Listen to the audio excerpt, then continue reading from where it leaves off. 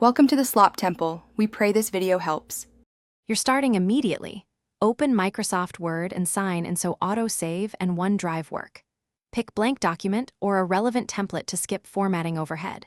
Set language and proofing under review. This avoids spell check surprises.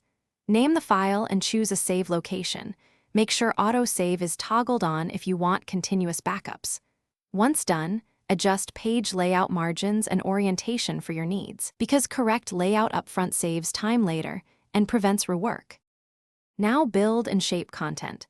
Apply styles to headings and body so your document stays consistent and you can generate a table of contents. Insert pictures or tables and use wrap text anchors and alt text so layout stays stable and accessible. For longer files, open the navigation pane to move sections quickly. Use track changes and comments when collaborating, accept or reject edits later.